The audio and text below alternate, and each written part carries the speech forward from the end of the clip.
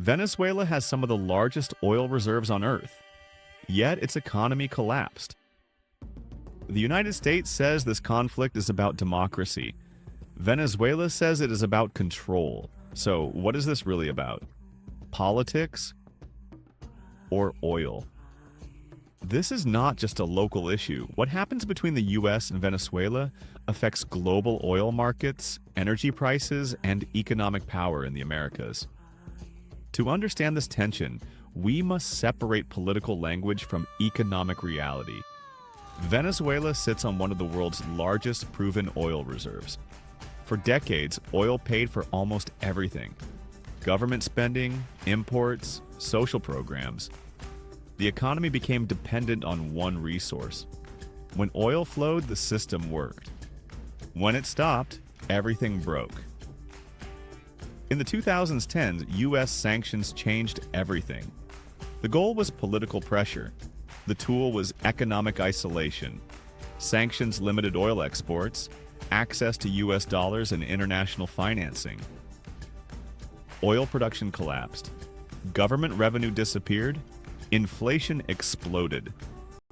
This was not a sudden collapse. It was a slow economic strangulation. From the US perspective, this conflict is about legitimacy. Washington argues Venezuela lacks free elections, strong institutions, and democratic rules.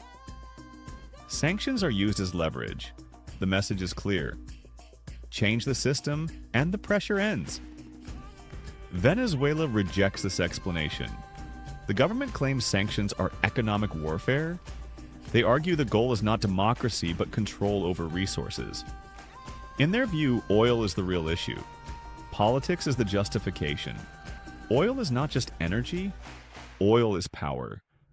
Who controls oil flows influences inflation, trade balances, and global leverage.